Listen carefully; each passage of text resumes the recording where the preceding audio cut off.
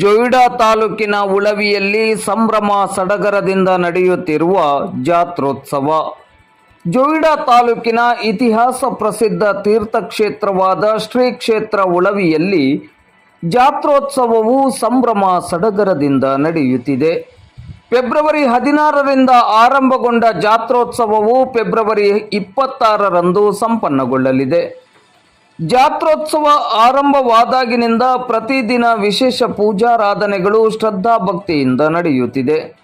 ಬುಧವಾರ ಸಂಜೆ ಆರಂಭಗೊಂಡ ಸಣ್ಣ ರಥೋತ್ಸವವು ಬುಧವಾರ ರಾತ್ರಿ 8:30 ಗಂಟೆಗೆ ಸಂಪನ್ನಗೊಂಡಿತು. ಈ ಸಂದರ್ಭದಲ್ಲಿ ಹೆಚ್ಚಿನ ಸಂಖ್ಯೆಯಲ್ಲಿ ಭಕ್ತಾಭಿಮಾನಿಗಳು ಉಪಸ್ಥಿತರಿದ್ದರು. ಜಾತ್ರೋತ್ಸವಕ್ಕೆ ಉತ್ತರ ಕರ್ನಾಟಕದ ವಿವಿಧ ಜಿಲ್ಲೆಗಳಿಂದ ಹೆಚ್ಚಿನ ಸಂಖ್ಯೆಯಲ್ಲಿ ಭಕ್ತಾಭಿಮಾನಿಗಳು ತಮ್ಮ ತಮ್ಮ ಚಕ್ಕಡಿ ಗಾಡಿಗಳ ಜೊತೆ ಆಗಮಿಸುತ್ತಿರುವುದು ಈ ಜಾತ್ರೆಯ ವಿಶೇಷ.